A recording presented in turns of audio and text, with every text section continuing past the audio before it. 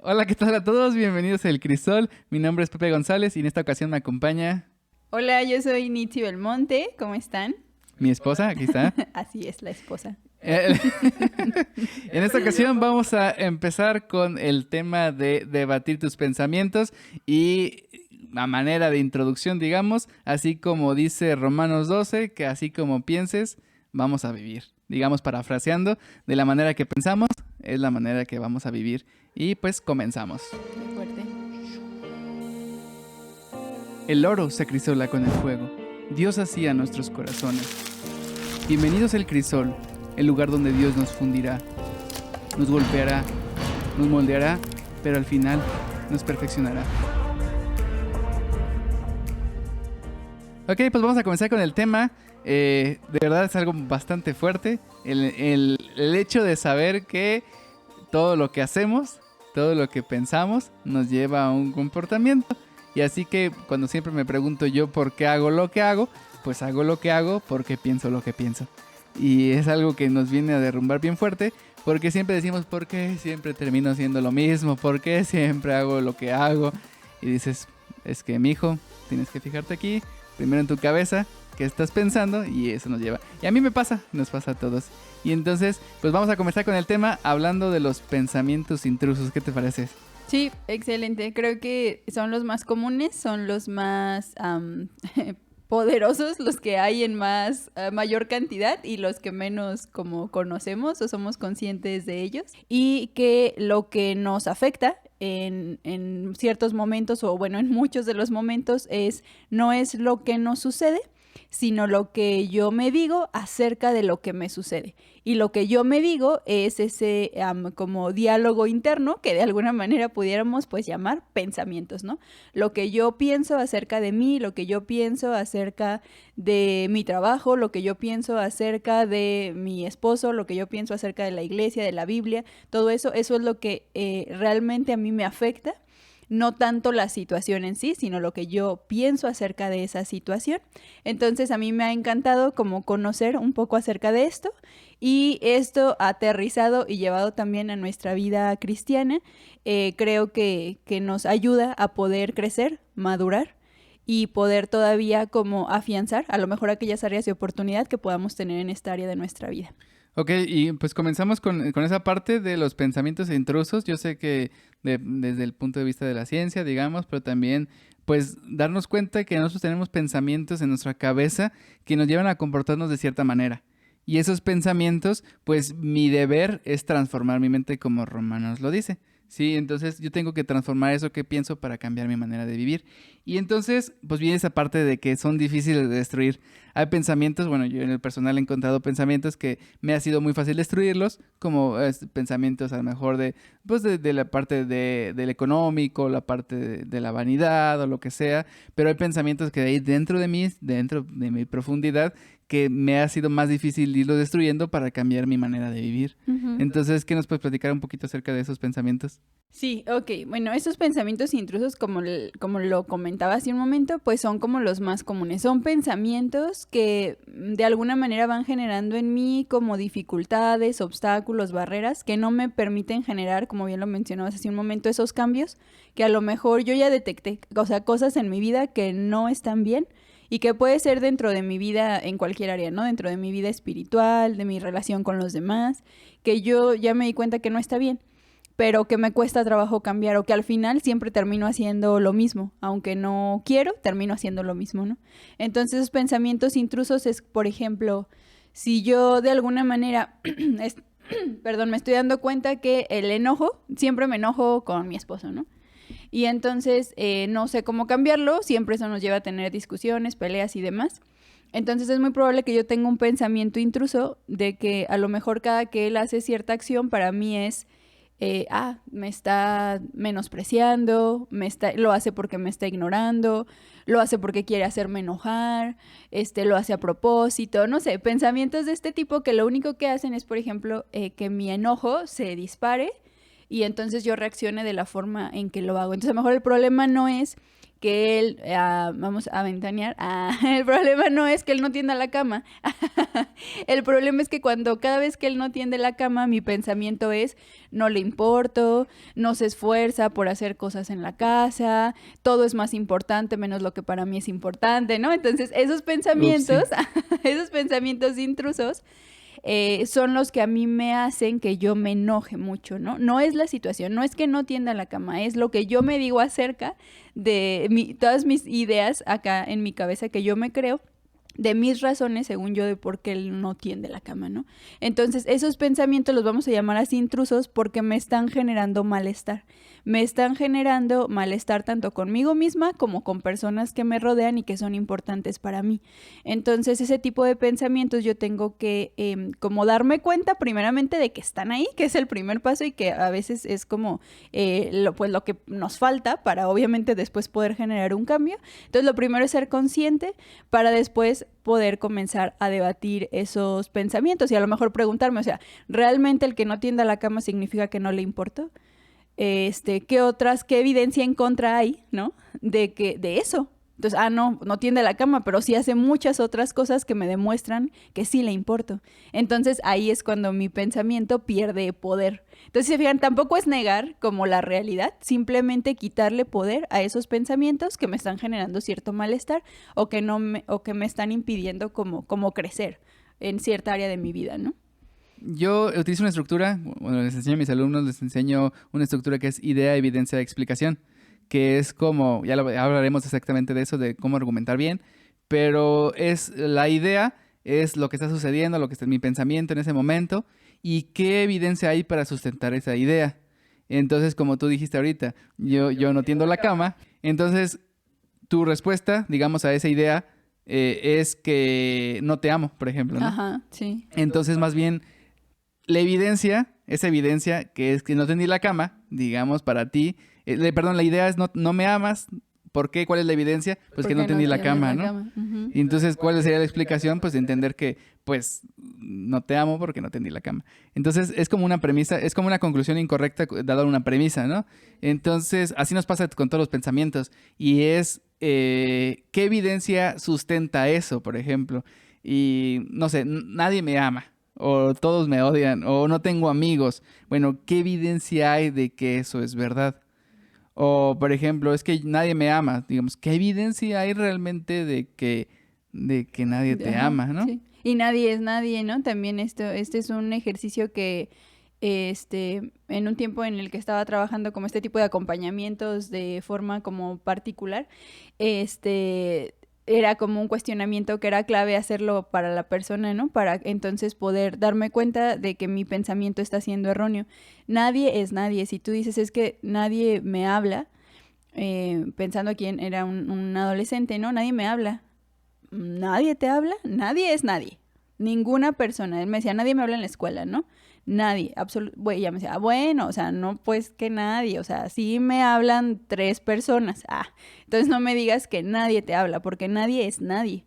Y a veces utilizamos estas palabras así como que, como de manera muy, muy común, sin darnos cuenta el peso que realmente tiene para nosotros el estarnoslas repitiendo constantemente. O siempre me pasa lo mismo, o siempre me haces esto, ¿no? Cuando algo, es que siempre me hace lo mismo, siempre. Siempre es siempre, que no hay ningún momento, excepción, en el que pase lo mismo. Entonces, bueno, muchas veces lo hace. Ok, y es diferente decir, muchas veces pasa esto, a siempre pasa esto, ¿no? Sí, tendemos a exagerar los pensamientos, tendemos a como hacerlos grandes en el sentido de que nos autoflagelamos, ¿no? Con esos pensamientos y la realidad es que está muy lejos de eso, ¿no? Yo siempre voy como a la evidencia, ¿no? ¿Qué evidencia hay? Y esa es la parte para mí donde entra la escritura y donde la escritura nos ayuda a formar nuestro pensamiento y a derrumbar todas esas ideas. A eso me refiero con derrumbar esas ideas. Por ejemplo, si yo coloco mi valor como persona en las cosas materiales, por ejemplo, sí, yo necesito más cosas materiales. Hubo un momento en mi vida que yo me la pasaba así, como decían, ojalateando. Sí. Que es, fuimos a una plaza comercial una vez y un chavo dijo, vamos a ojalatear. Y yo como que ojalatear. No, pues ojalá tuviera eso, ojalá tuviera aquello. Y me acuerdo que un tiempo de mi vida fue así, ¿no? Como que me la pasaba deseando muchas cosas, como que ojalá, ay, ay, ojalá, y no estaba contento con lo que tenía. Y entonces, esas ideas de porque, es que tener cosas me da valor como persona, o tener cosas me hace sentir bien, o me hace sentir que digamos, que sí puedo comprarme lo que yo quiero. Entonces, depositar el valor en esas cosas materiales me llevó a no estar contento con lo que tenía. ¿Y o sea, qué evidencia tenía? Pues era lo que estaba viviendo. Pero cuando venimos a la escritura y la escritura nos dice cambia de tu manera de ser para que cambie tu manera de vivir, empecé a entender qué decía las escrituras acerca de la avaricia, qué decía acerca del contentamiento. Y me acuerdo que me compré un librito bien pequeñito, ¿te acuerdas? El de la línea Plimsoll. Sí, me encanta. Está buenísimo, un librito bien pequeñito que hablaba acerca de la avaricia y el contentamiento. Y hablaba acerca de que los barcos tienen una línea que se llama la línea Plimsoll, que es como una línea donde como un límite de carga del barco. Cada vez que cargas el barco se va hundiendo cada vez un poco más. Entonces una línea tiene que ser como el límite de carga. Y él hablaba acerca de que el límite de carga en nuestra vida en cuestión económica, el límite era como la generosidad también. Y que cada vez que nosotros somos generosos con los demás y entendemos hasta dónde llegan lo que queremos tener, pues era una línea para que el barco no se hundiera, porque muchos barcos se hundieron en el sentido de que no tenían esta línea Plimsoll, ¿no? Y pues, los sobrecargaban. Los sobrecargaban y Plimsoll, bueno, pelea por esto y se pone esa línea, se le pone como su nombre. Pero la realidad es que tuve que encontrar evidencia en las escrituras que me ayudara a cambiar mi manera de pensar. Y ahorita no digo que ya estoy 100% libre de la avaricia, 100% libre ya estoy contento siempre con todo y en todo momento. No, pero ya es muy recurrente, ya es muy raro en mí que no lo digo con alarde ni mucho menos, porque sé que puedo caer, pero ya es más difícil para mí que caiga en ese sentido. Porque yo he encontrado contentamiento en las buenas que hemos tenido y en las malas que también en las buenas que hemos tenido, he encontrado contentamiento. Y es precisamente eso, encontrar qué evidencia hay en la escritura para debatir. Y yo utilizo esta estructura, ¿no? Lo utilizamos siempre en la escuela donde trabajo, que es idea, evidencia, explicación. ¿Por qué el cielo es azul? Bueno, ¿y qué evidencia hay de que el cielo es azul? O por qué, no sé, X, Y, ¿no? Porque una ventana doble en un cuarto ayuda a que el calor se mantenga dentro, por ejemplo, en temporada de frío. ¿Por qué? Bueno, ¿qué evidencia hay de cómo se transfiere el calor? La velocidad de la transferencia de calor, los métodos de transferencia de calor. Todo esto ayuda a entender por qué una ventana doble ayuda mucho en temporadas de frío, por ejemplo, ¿no? En nuestro caso aquí en México, donde vivimos nosotros, no las utilizamos, ¿no? Pero tú utilizas otra estructura diferente. Sí, la estructura que yo utilizo, con base, como les platicaba, de esta teoría, cognitivo-conductual, es más bien situación. Parto de una situación, ¿no? Esa situación, normalmente nosotros solemos culpar a las situaciones de nuestras emociones, normalmente en la mayoría de los casos. No sé, por ejemplo, voy a mencionar, se enferma o está en el hospital algún familiar y entonces yo me siento muy triste, me siento frustrada, me siento impotente por no poder a lo mejor hacer algo para cambiar la situación de ese familiar, y normalmente yo lo relaciono así, ¿no? La mayoría de las personas hacemos eso. Si mi familiar no estuviera en el hospital, o sea, la situación, entonces yo no me sentiría de la manera que me siento. Y a lo mejor puede sonar un poco radical esta forma de pensamiento, pero la verdad es que es muy funcional. Nos dice que debemos de identificar que entre la situación y la emoción hay algo que perdemos de vista y es el pensamiento. Y lo perdemos de vista por completo. Entonces, nuevamente, lo que me afecta no es lo que me sucede, sino lo que yo me digo acerca de lo que me sucede. Aplicando este principio, probablemente el pensamiento que yo esté teniendo ante esta situación de que mi familiar está hospitalizado sea, ¿y si se muere? ¿Y si su problema se agrava y entonces tiene que estar mucho más tiempo en el hospital? ¿Y si en algún momento, no sé, vamos a lo mejor requerir que donen sangre y no encontramos quién done? No sé, ¿O qué va a pasar conmigo? ¿no? O qué va a pasar conmigo si a este familiar continúa ahí, o si le pasa algo más grave, o qué va a pasar con las personas que dependen de él o de ella, no sé. Entonces, esos pensamientos son los que están alimentando mis emociones. Obviamente no estoy diciendo que las situaciones no influyan en nuestras emociones, claro que sí, claro que influyen. Pero ¿de qué depende que yo esté triste o a que yo de verdad entre en una tristeza profunda y en una desesperación enorme y en a lo mejor que me lleve a sentir una gran ansiedad, pues mis pensamientos. Porque a lo mejor ante la misma situación tú reaccionarías diferente. A lo mejor tú podrías estar más en calma, con tu mente más fría, tratando de buscar soluciones. ¿Y por qué? Si es la misma situación, ¿por qué tú estás reaccionando de una manera más tranquila y por qué yo estoy en pánico? Y lo que está haciendo la diferencia no es que él no sienta tristeza o no sienta miedo por su familia, pero sus pensamientos no se están apoderando, esos pensamientos intrusos no se están apoderando de él y por lo tanto sus emociones van a ser diferentes. Entonces, claro que las situaciones influyen, pero lo que determina que mi emoción se dispare hasta los cielos o se mantenga equilibrada van a ser mis pensamientos, ¿no? Eso es lo que va a ser la diferencia. Un ejemplo bien claro, bueno, bien sencillito, que es por ejemplo con la lluvia, ¿no? Que habías puesto el ejemplo sí. de la lluvia. Sí. Que llueve y por ejemplo yo siempre en mi familia terminé odiando la lluvia porque mi papá, y me he fijado últimamente siempre que llueve y mi papá se pone mal. Mi papá se va a inundar todas las calles, no voy a poder salir, se escucha bien feo. Se va a ir la luz. Se va a ir la luz y se pone bien drástico cuando va a llover, ¿no? Y se va la luz y peor tantito. Entonces, esa lluvia para mí mucho tiempo simbolizó como un tiempo feo en la temporada de lluvias, cuando dice, ay, otra vez la temporada de lluvias. Pero de repente cambias de pensamiento y dices, es que la lluvia no está mala, es que la lluvia riega, es que la lluvia calma el calor, es que la lluvia le da humedad y empiezas a ver todas las cosas como beneficios y de repente tus pensamientos cambian y ya no te afecta la misma situación.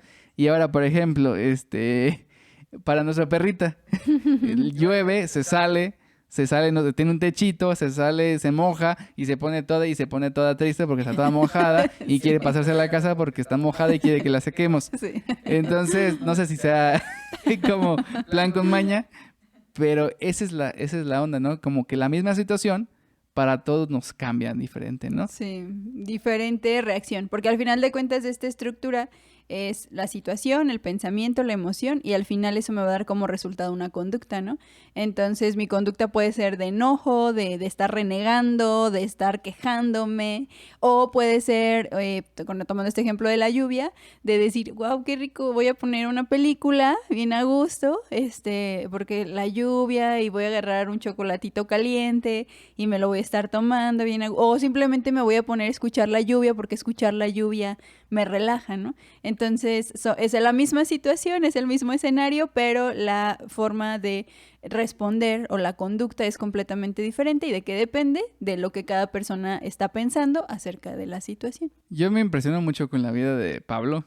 En la vida de Pablo, en las escrituras, o sea, muchas cartas las escribe en la cárcel y cuando están en los hechos y están ahí metidos en la cárcel y se pone a cantar en la cárcel.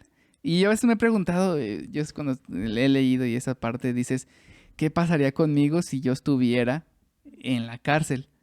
O sea, ¿podría ser feliz ahí adentro? ¿Podría estar contento y tranquilo realmente de que todo está bien aunque esté yo dentro de la cárcel? Y yo he pensado mucho y digo, híjole, yo creo que a mí mis pensamientos me atormentarían estando allá adentro. Pero no lo vemos así, lo vemos en Pedro cuando estuvo ahí, lo vemos en ¿cómo se llama? En Pablo. Cuando estaban adentro de la cárcel, te quedas así de... No estaban deprimidos y saludaban con tanto amor y con tanta gracia y con tanto cariño y hermanos y acuérdense de mí que estoy aquí en las prisiones, ¿no? Y te quedas... ¿Cuál es la diferencia entre la situación? O sea, la situación si nos pusieran a todos en una cárcel por nuestra fe o por alguna circunstancia... ¿Qué emociones tendríamos ahí adentro, ¿no? ¿Qué pensamientos nos llevarían a esas emociones? Y aquí lo que tú dijiste, ¿no? Cambiar los pensamientos es clave. Y para Pablo entender en sus pensamientos que era la voluntad de Dios que estuviera ahí, entender en sus pensamientos que era la soberanía de Dios guiándolo, que él estaba compartiendo su fe tanto al gobierno, tanto como también a los que estaban en la ciudad, que con sus cartas, yo no sé si tenía en mente, pero que sus cartas iban a cambiar todo, o sea, que iba a ser parte de las escrituras.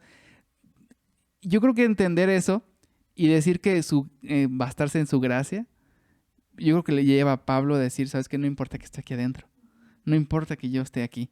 Y todo radica exactamente en los pensamientos. Sí, y también pienso, por ejemplo, en la vida de Jesús. Hay un autor, no es cristiano, porque luego me regañan por estar recomendando gente que, que no es cristiana, pero la verdad es que vale la pena leerlo, Augusto Curi. Augusto Curí, sí, Sí, sí, sí. en un libro que tiene que se llama El Maestro de las Emociones. Ay, léanlo, por favor, está buenísimo ese libro. Buenísimo. Obviamente se refiere al Maestro de las Emociones, se refiere a Jesús. Y él ahí hace una reflexión en su libro en donde dice que Jesús sabía, ha sido la única persona en el mundo en todos los años que ha sabido pues el día y la hora de su muerte y la forma también en que iba a morir. O sea, Jesús, claro que tenía el conocimiento de esto y sin embargo, Jesús no fue alguien ansioso, por ejemplo, ¿no? Aún y sabiendo cómo iba a ser de alguna manera como, pues sí, sus últimas horas o sus últimos días de vida, él vivió conforme a la voluntad de Dios y siendo súper amoroso y dando lecciones de vida, de mil cosas, ¿no? Miles de cosas buenas que hizo Jesús y lleno de sabiduría y y lleno de amor y todo lo pudo hacer aún teniendo esta conciencia, ¿no? De cómo iba a ser su muerte. Y también ahí, ¿no? O sea, la situación era para que, o sea, él tenía todo, y lo menciona así Augusto Curi, él tenía todo el derecho a haber vivido deprimido, ansioso, con un montón de situaciones emocionales súper fuertes, él tenía el derecho de haber vivido así y sin embargo su vida no fue así. Entonces, bueno, obviamente estoy poniendo un ejemplo súper máster, estoy hablando de Jesús, pero pues al final de cuentas él es nuestro ejemplo a seguir, ¿no? Y pues bueno, es otra forma también de ejemplificar esto que estamos compartiendo. Sí, exactamente. Está buenísimo ese ejemplo y cuando lees ese libro te das cuenta que, cómo pudo haber controlado todo en su ser de esa manera, ¿no? Y es un ejemplo también que podemos controlar esas partes de los pensamientos para controlar sus emociones y decir, pues de verdad, es que tiene mucho poder, hago lo que hago porque pienso lo que pienso. Pero la clave aquí, la pregunta es, que yo creo que estarán haciendo, es cómo cambio los pensamientos.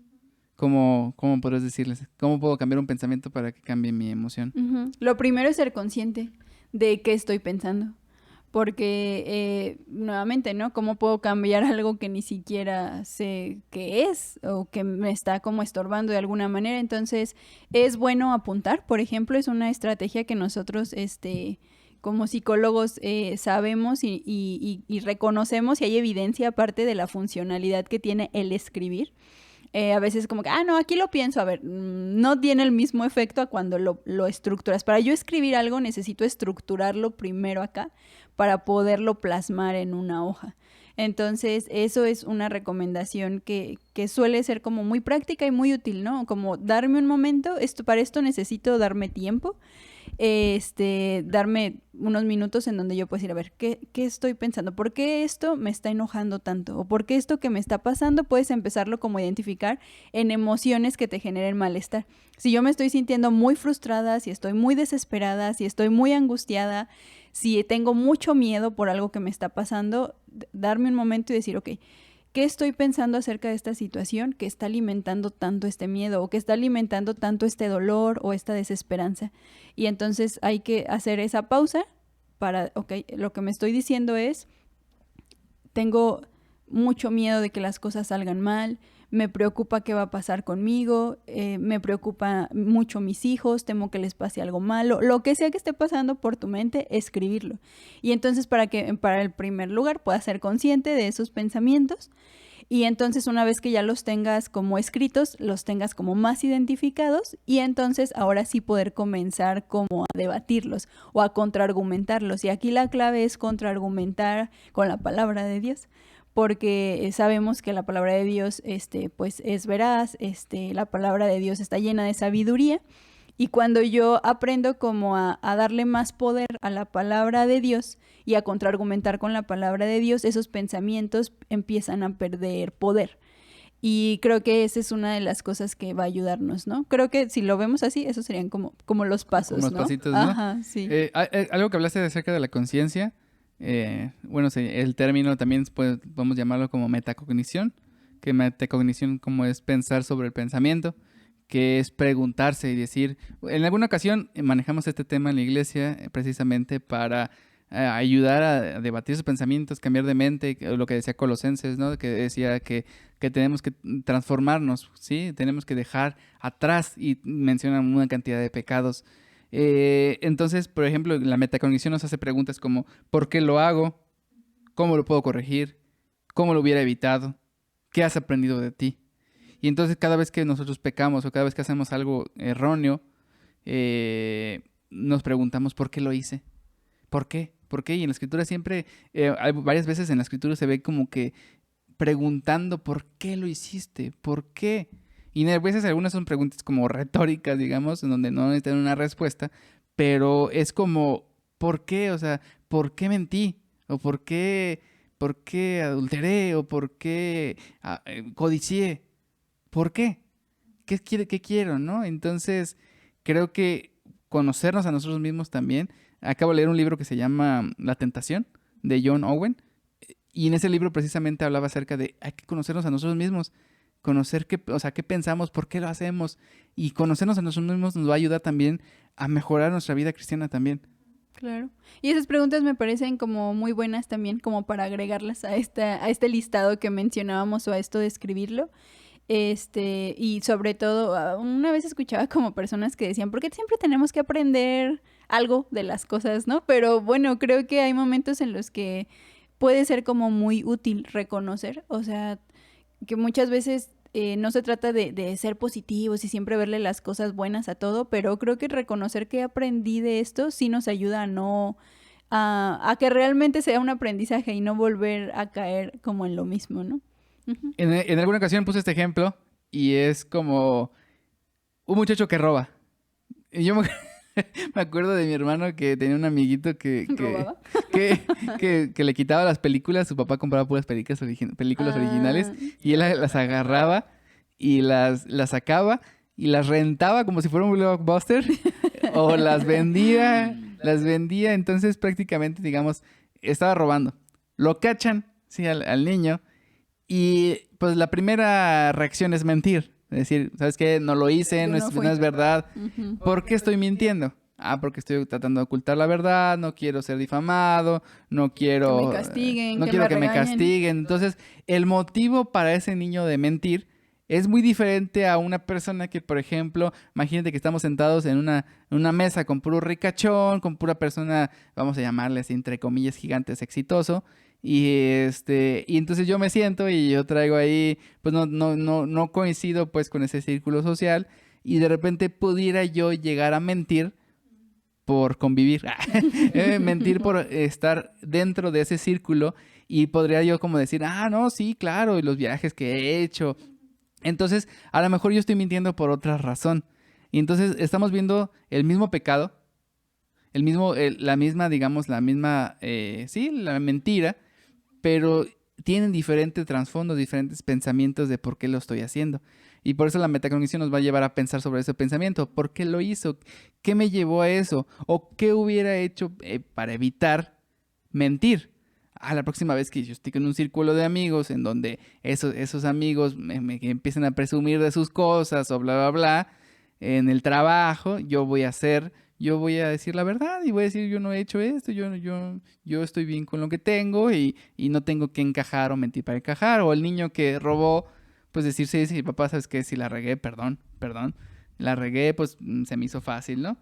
Pero precisamente es eso, y quería poner un ejemplo, no sé si quieres ponerte un ejemplo, pero... Sí, me acordé ahorita de hace poquito que tuvimos una reunión, de esas reuniones, como prenavideñas, y Y estaban un grupo de personas y todas empezaron a platicar acerca de lo bueno que era tener a alguien que les ayudara en casa para hacer el quehacer. Ah, sí, cierto. Todos empezaron a hablar de, ay, no, sí, mi Laurita, mi Lupita, como se llamara la persona que les ayudaba a hacer la limpieza, ¿no? Ay, no, yo le dije a mi esposo, no, no, andamos apretados, no, pues quítame el internet, quítame el cable, quítame lo que quieras, pero no te me lleves a mi Lupita, ¿no? Como sea, la señora que me ayuda a hacer el quehacer. Y yo me quedaba pensando así, porque estuvieron un buen rato platicando de eso y pues nosotros no tenemos a nadie que nos ayude a hacer el quehacer, ¿no? Entonces ahí me daban ganas, me detuve porque eran como muchas personas y eso, en esos momentos como que dice, ay, pero no mentimos obviamente, pero a mí me daban ganas de decir como que, ay, a ver, eso les pasa por tener una casota. Yo como tengo una casita, yo limpio en 5 minutos y ya está, ¿no? De eso les pasa por andar comprando casas tan grandes. Entonces a veces de situaciones así en donde, pues no, como dices, no necesitas mentir, no necesitas encajar, a veces el sentido del humor ayuda mucho en esos momentos, en donde te des cuenta de que pues, no necesitas decir, ay, es que me vi obligada a pecar y a mentir. No es cierto, ¿no? Pero todo eso puedo yo ser consciente cuando estoy como más en contacto con mis pensamientos. Sí, más en contacto, ¿no? Pensar, ¿por qué lo quiero hacer? Y cada vez que vayamos a pecar y decir, ¿por qué lo estoy haciendo? Y es tratar de encontrar la razón y desmarañar toda la cables, por desmarañar todo y quitar todas las superficialidades, digamos, que nos están llevando a hacer eso. Porque la primera razón cuando le decimos, ¿por qué hiciste esto? Y viene la primera razón, esa no es la verdadera razón. Viene como la isla del pensamiento, ¿no? Lo que verdaderamente sostiene eso es otra cosa. Más profunda. Más profundo. Entonces tenemos que llegar a esa raíz, de esa profundidad de ese pensamiento para debatirlo y debatirlo con la escritura. Y yo tengo un ejemplo, algo que me pasó a mí, me gustaría compartírtelo. Es parte de algo que he sufrido un poco, que es como la autoexigencia. Tiendo mucho como a autoexigirme, como que empujo un poco más allá de los límites. ¿Por qué? Porque, bueno, esa es la pregunta, ¿no? ¿Por qué? Entonces como que a veces la situación era como que me dolía la cabeza, como que siempre estaba presionado, como que no me podía relajar. Y entonces me empezó a causar muchos dolores de cabeza, mucha ansiedad. Y yo dije, ya, tengo que llegar a algo, ¿no?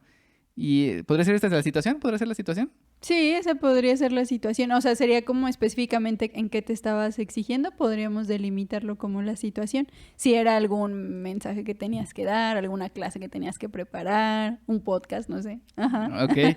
Y entonces, pues me hice preguntas, ¿no? Y aquí hice el ejemplo en anotarlas. Y es, ¿por qué me exijo tanto? ¿Qué quiero demostrar? ¿A quién quiero impresionar? ¿Qué pasaría si no lo hago así? Esta pregunta me ha encantado que tú me la dijiste, ¿no? ¿Qué pasaría si no fuera así? ¿Qué pasaría si no me exijo? ¿Hay algo malo? ¿Sucede algo malo? Y entonces contestar esas preguntas me lleva realmente a, caray, sí es cierto, ¿no? ¿Qué es lo peor que puede suceder? Sí, es buenísimo. Esa, uy, como me la pasaste, ¿qué es lo peor que puede suceder si no lo hago de esta manera? Uh-huh. Pues no pasa nada, ¿sí? ¿Qué pasaría si nadie me reconoce? Le decía otra vez a una persona, le decía, ¿qué es lo peor que puede suceder? Pues que me corran y luego, pues no pasa nada. Busques otro trabajo y ya, se acabó. Claro, No pasa nada, ¿no? Uh-huh. Pero entonces me hago preguntas y esas preguntas me ayudan a conocerme a mí mismo y a tratar de debatir esos pensamientos. Y cuando yo les conteste, voy a empezar a formar, ahora sí, esa mente, la mente de Cristo, porque estoy debatiéndolos con la Escritura. Una de las cosas que hice, por ejemplo, fue checar qué decía la Escritura acerca de esta de autoexigencia. Uh-huh. Y, por ejemplo, la parábola de los talentos. Por ejemplo, Eclesiastés me ayudó muchísimo. Cada vez que estoy en crisis, corro a Eclesiastés, que Dios me dio la oportunidad de disfrutar mi trabajo, que dice Eclesiastés también que Dios le da el descanso a las personas que Él ama, que Dios le da el poder de disfrutar las cosas que sus justos ganan y que hace que digamos, que el injusto no disfrute sus propias riquezas, que el trabajo el descanso también es un don de Dios. Y entonces, Eclesiastés, cada vez que me dolía la cabeza y corría Eclesiastés y decía, a ver, dime otra vez, dímelo otra vez. Recuérdamelo otra vez, sí, por favor. Sí, creo que ese sería dentro de los pasos como necesarios en este como proceso de querer cambiar mis pensamientos, es eso, ir a buscar en la palabra qué dice la palabra acerca de eso que me está pasando. Si tengo mucho miedo, que me dice Dios acerca del miedo, del temor, ¿no? Si hay alguien que quiere hacerme daño, ¿qué me dice la palabra acerca sobre ese tema, ¿no? Que Dios me guardará, ¿no? De mis angustiadores, no sé, buscar todo lo que tenga que ver con eso, si estoy preocupado, si tengo ansiedad, si tengo, como, pues no sé, tristeza. Creo que cualquier cosa lo podemos encontrar una respuesta en la Biblia, ¿no? Entonces, incluso hay Biblias que vienen hasta así, ¿no? Como que tienen un apartado que dicen, ¿qué leer? ¿Cuándo?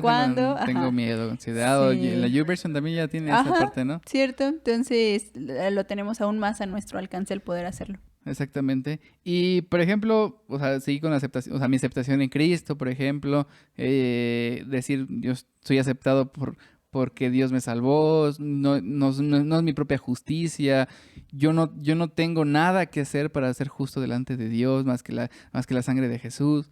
Yo todo lo que haga es vano, son trapos de inmundicia, entonces soy aceptado en Él me ama, vas a Isaías y dices, es que te amo con amor eterno. Y de repente darme cuenta que la palabra talentos es, me dio Dios un don, un talento, ¿para qué? Para ejercerlo a los demás, para entregárselo a los demás, doy de gracia lo que de gracia recibí. Y entonces como que toda, ¿qué tienes que no se te haya sido dado? Entonces, de repente todos esos pensamientos, pum, pum, pum, pum, y los ponemos a introducir en la cabeza, empieza a cambiar la manera que vivimos realmente. Entonces, ahorita es realmente esta parte de la autoexigencia, aunque batallo con ella, por ejemplo, es mitigada, pues es rebajada por esos pensamientos de la escritura. Y los empiezo a debatir.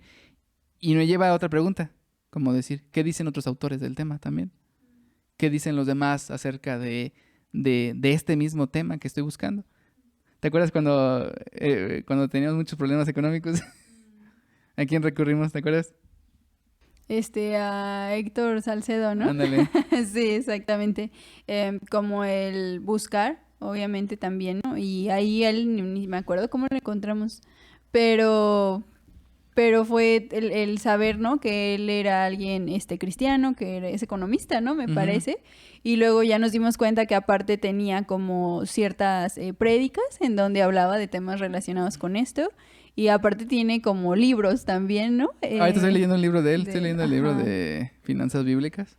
Entonces es eso, o sea, como buscar también como otros, digamos, como soportes, otros apoyos, otras cosas que nos puedan sumar a esas áreas de nuestra vida que sabemos que no andan bien y que necesitamos cambiarlas y reconocer que no siempre nosotros vamos a encontrar la respuesta en nosotros mismos, ¿no? O que Dios a lo mejor en su misericordia, pues así nos va a dar una revelación, pero también hay muchas otras personas en las que podemos apoyarnos que son como expertas en esos temas y pues también aprender de ellas es válido, ¿no? Sí, esa parte de la economía, por ejemplo, que pasamos fue un tiempo de crisis, digamos, un tiempo donde no supimos manejar nuestras finanzas, un tiempo donde teníamos mucha escasez Nadie y, nos enseñó a y, na- manejar y na- nuestras finanzas. nadie nos enseñó a manejar nuestras finanzas y teníamos en crisis y fue como, ya, necesitamos cambiar y estamos aquí porque pensamos lo que pensamos. Y fue encontrar a Héctor Salcedo, por ejemplo, de pastor de la Iglesia Bautista Internacional y fue, o sea, no digo que me fui para allá, sino que lo encontré en internet y fue como aprender, tiene una serie de predicaciones acerca de la economía, acerca de todo esto y poco a poquito empezamos a ahorrar sistemáticamente, empezamos a cambiar, ¿no? Como una ecuación bien simple, ¿no? A no gastar más de lo que teníamos y entonces todo eso empezó a cambiar y durante el paso del tiempo pues cambiaron nuestras finanzas, ¿no? Los gastos previstos, que para Ah, nosotros fue como una revelación así extrema. El que dijo, es que nosotros decimos, ay, un gasto imprevisto, ay, es que no, o sea, pero no son gastos imprevistos, ¿no? Se poncha la llanta del carro, no es un imprevisto, tú sabes que en algún momento eso puede pasar, que se descompone la bomba, del agua aquí en la casa, no es imprevisto, no es sorpresa, tú sabes que eso requiere mantenimiento. nada más que no sabes la fecha exacta. Entonces tú tienes que prever, son gastos previstos, decían, entonces tienes que Sí. prever y eran cosas para nosotros que era, ¿qué? ¿No? Y, Completamente nuevas. y entonces estas cosas pues nos llevaron a cambiar nuestra manera y ahorita vivimos de manera diferente, totalmente diferente la parte de la económica y aunque no tenemos así para aventar dinero al aire, estamos bien con lo que tenemos Y me pasó lo mismo con la autoexigencia también. ¿Qué otros autores hablan del tema? Y encontré, por ejemplo, yo encontré a Ana Ávila, que habla acerca mucho de la productividad bíblica, que habla acerca mucho de, pues sí, de ejercer nuestros dones y de la ciencia, y habla de muchas cosas, pero a mí me ayudó mucho a no ser productivo nada más porque tenía que ser productivo, a no exigirme, sino a saber que es una gracia que yo recibí de parte de Dios para entregarla a los demás. Y entonces, todo este conjunto de pensamientos me ayuda y cambian mis emociones y posiblemente me lleve a cambiar mi situación. Ujú. ¿Qué pasa si no puedo cambiar la situación? Si no puedes cambiar la situación, creo que esto es algo importante que hay que reconocer. Hay situaciones que sí pueden ser hasta cierto punto modificables, pero hay otras situaciones que no. Y aquí en lo que nosotros vamos pues como a descansar, digamos, es que si no puedo cambiar la situación, puedo cambiar la forma en cómo estoy percibiendo la situación. Entonces, pensando en una situación que no puede ser cambiada, no sé, la muerte de un ser querido, ¿no? Eso no lo puedes cambiar. Es obvio que te vas a sentir triste y es válido completamente que uno se sienta mal en una situación así. Pero algo que te puede ayudar es que a lo mejor tu pensamiento no se enfrasque en un pensamiento de desesperanza, ¿no? Sino que, por ejemplo, tu pensamiento pueda descansar, no sé, por ejemplo, en la voluntad de Dios, ¿no?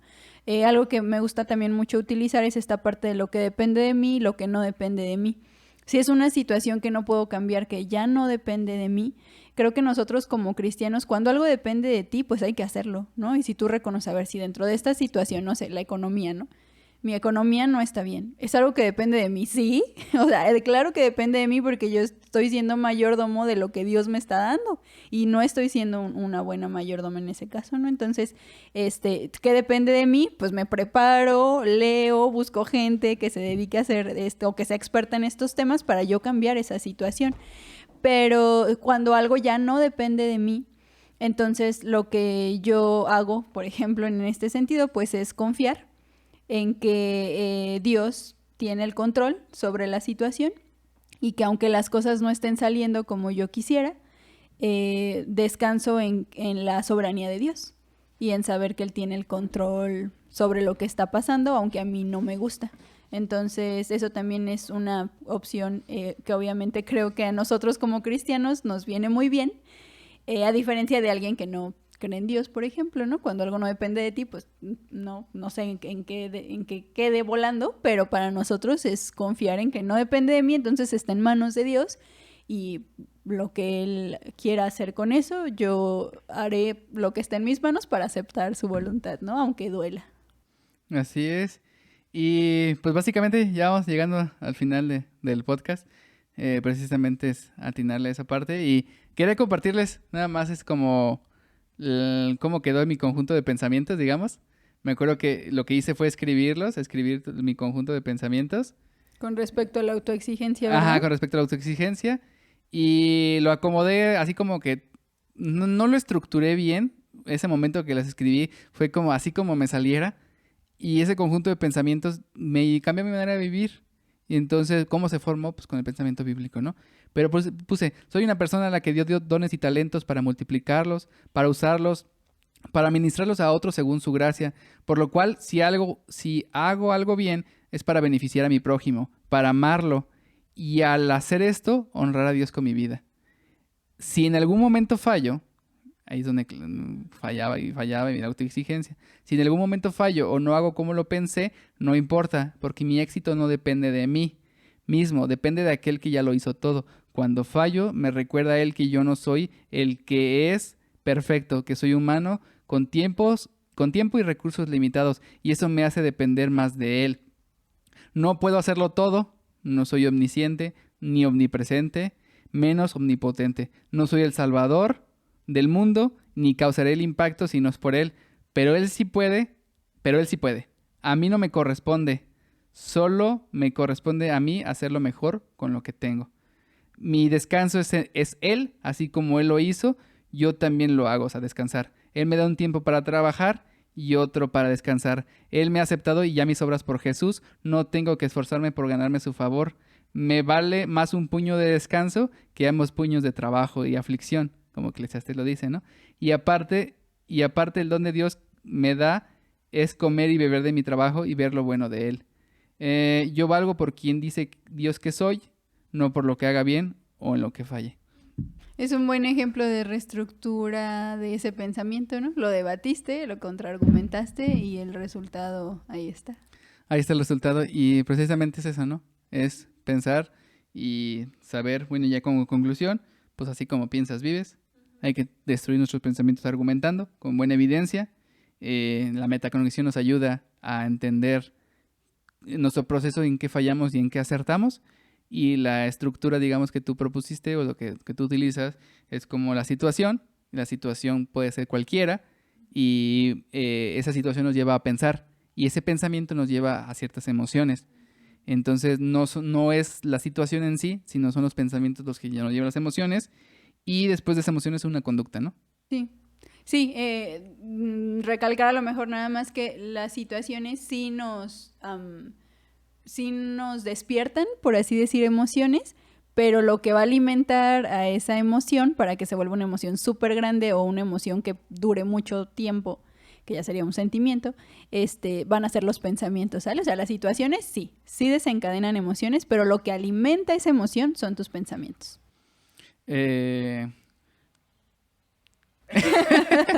Pues bueno, muchas gracias a todos por escuchar este podcast. Espero que les haya gustado. Simplemente les recuerdo nuestras redes sociales, que es El Crisol Podcast en Instagram y tenemos El Crisol en Spotify y tenemos El Crisol también en YouTube.